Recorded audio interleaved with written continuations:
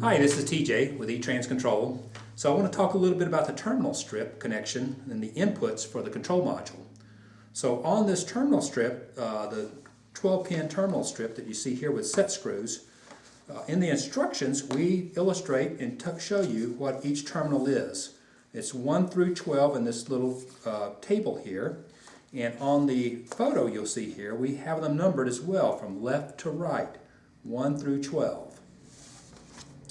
So what we're going to connect up is the throttle position sensor cable.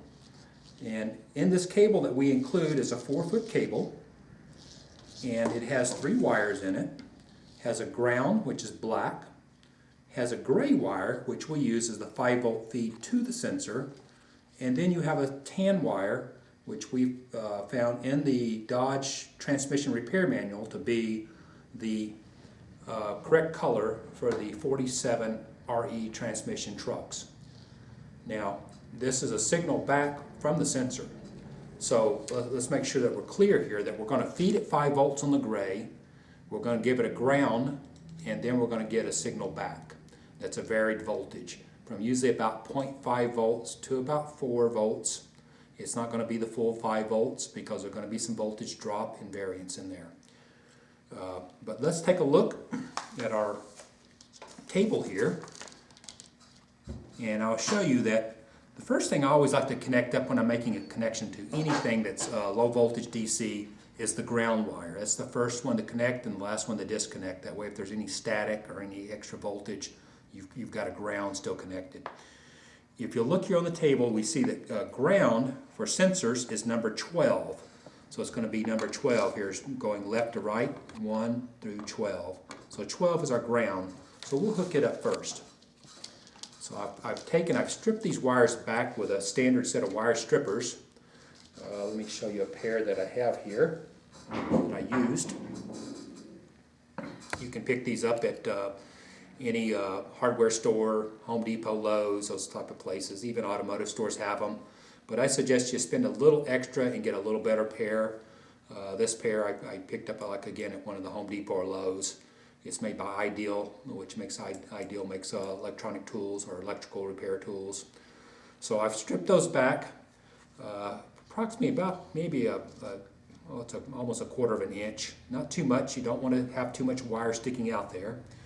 Another thing I'll do is I'll twist the wire, the strands, so it doesn't fray, and it makes it make better contact in these compression screw terminals. So I've got the black, and I'm going to first I'm going to have my glasses so I can see what I'm doing. And I'm going to put the black one here in number 12. And I'm going to tighten it down. My little pocket screwdriver. Just snug. You don't want to over tighten them because you can strip these things out. And I'm going to give it a slight tug. Yep, I'm connected well. Now if you have a standalone throttle position sensor like the universal TPS that we sell, you're going to need a 5-volt feed to that sensor for it to fully measure throttle position and function. So we provide an output of 5 volts from the control module, a regulated 5-volt output on number 11, which if you look in the instructions, it's number 11 here. And that's only used if you're using a standalone throttle position sensor. If you have a pre-existing sensor that you're just going to pull the signal from, all you need is the ground for reference and the signal wire back. So we're going to hook up just that signal wire for now. We're going to leave this gray disconnected, and we're going to pretend that we've already got a throttle position sensor on the engine, and we're just looking for a signal back. So let's take a look here on the table. If we look down, number 3 is our input from throttle position sensor, 5 volts max.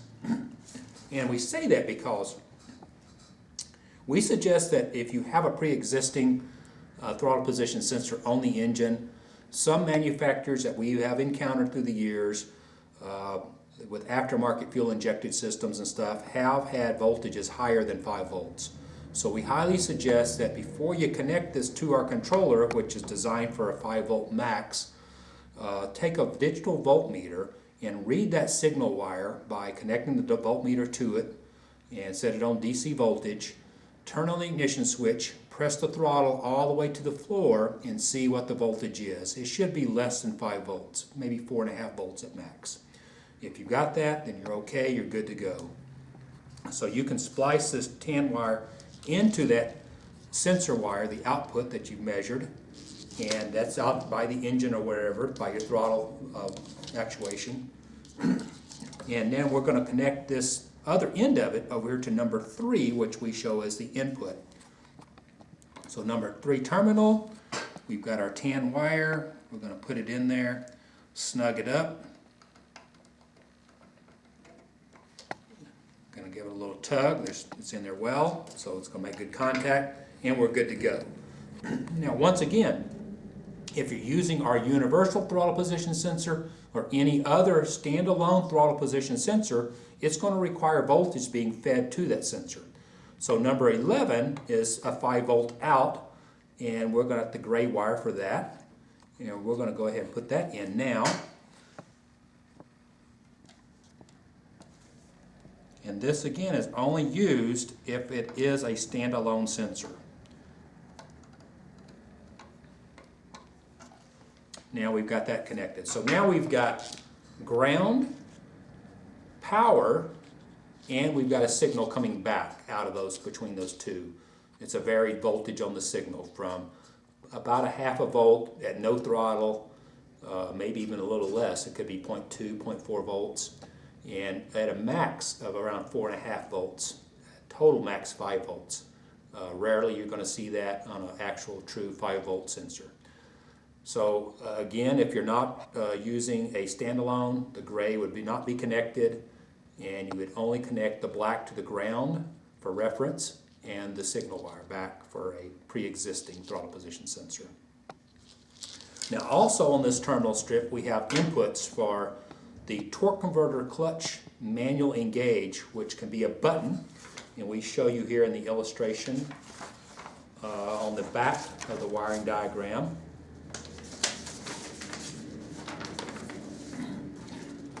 Using just a momentary button, it can be any type of button, going to a ground on one side and grounding this input for the momentary input for the torque converter clutch engage. And what that will do, if you've got the torque converter set to auto engage, let's say at 50 miles an hour, but you're running at a slower speed, pulling a load or just cruising along, and you want to engage the torque converter at 45 miles an hour, you could push this button and it will automatically engage the torque converter clutch. Now that input, if we look again at our little table here, is manual torque TCC switch. Torque converter clutch is what TCC stands for. It's on number 6. So we would go across again from left to right, 1, 2, 3, 4, 5, and 6. And that's where we'd hook up the signal that's being a ground signal only from a momentary button to engage the torque converter clutch. Now also right next to it, number 7, brake switch for TCC disengage. Now that is, we call it brake switch because we need an isolated switch. It cannot be connected to the brake light circuit because there's, in the event that it feeds 12 volt back to this through the brake lights or whatever, it can possibly damage the control module. So we say put an isolated switch that only grounds this when the brake pedal's depressed, and that will disengage the torque converter clutch. This is a safety feature. All your factory transmissions, automatic transmissions, do this.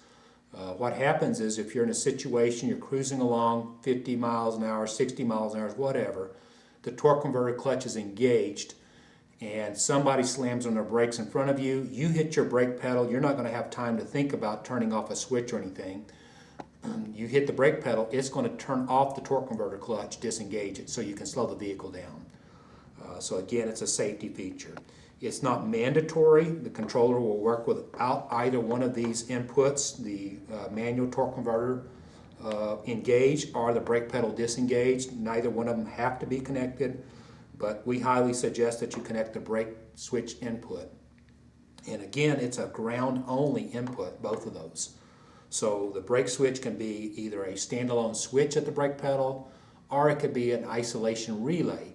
And we have instructions on how to connect that up. If you use an isolation relay, the relay itself can be energized by the brake light circuit, and then which in turn, when the relay is turned on, it will ground this terminal. So we have instructions for that, and we can send them to you if you need them. So that's pretty much it on the inputs for this, and if you have any other questions, feel free to contact us or call us with questions. Thank you.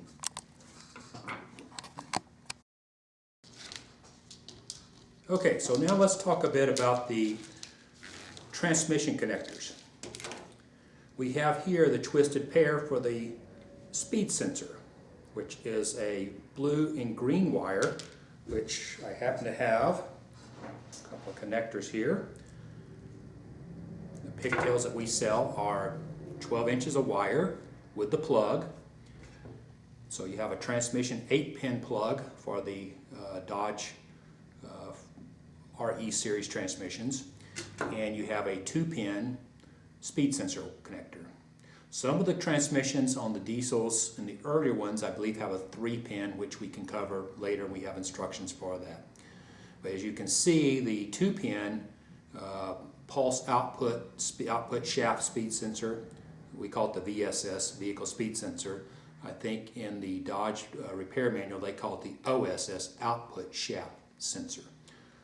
Either one, it's the same thing. So it's the output shaft on the transmission is what we're trying to measure, the rotational speed of that.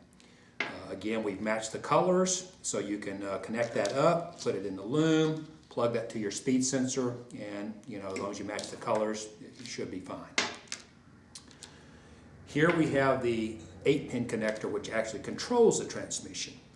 Now, you've got colors here for one, the red, which is going to be your power wire.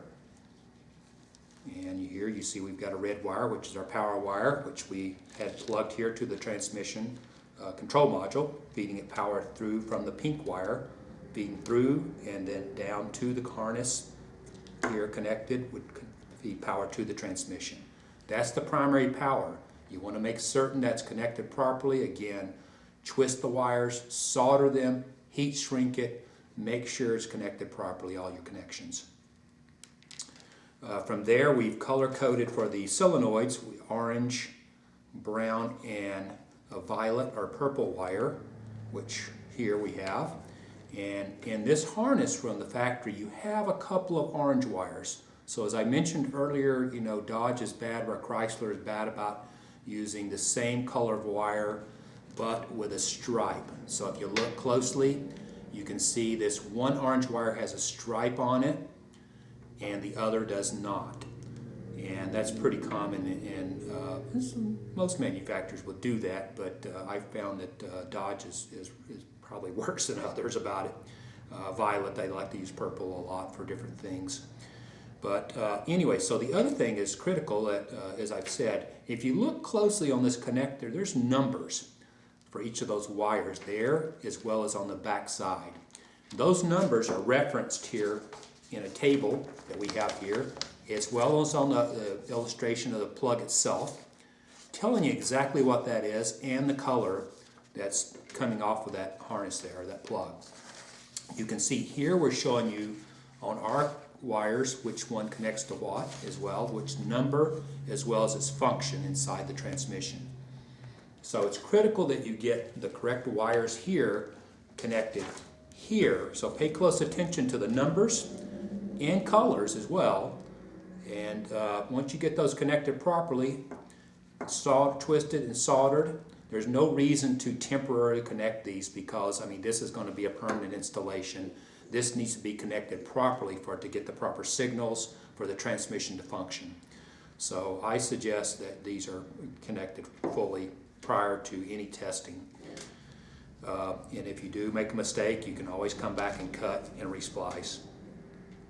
Another thing to note is a lot of people will just connect each at the same length, And if you do that, then you end up with this large lump. It'll look like a snake that's just swallowed a rat.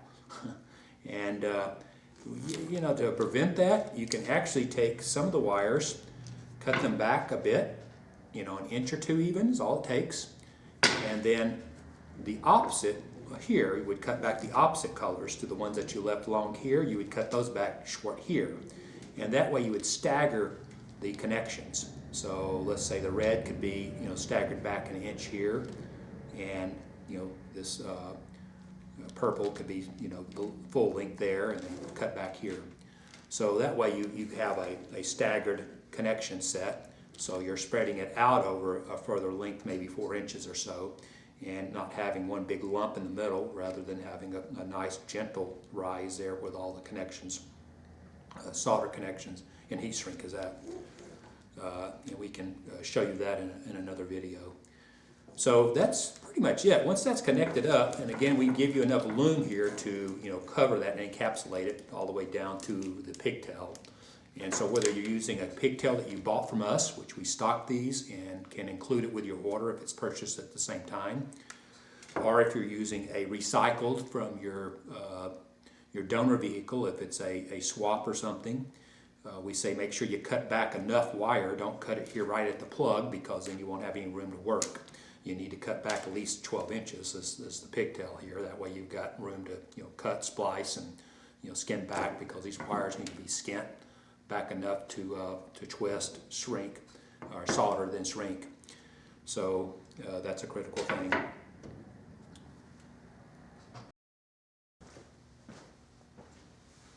Okay, so one last thing I want to cover here is, we talked earlier about wiring, and we include a cut wire loom.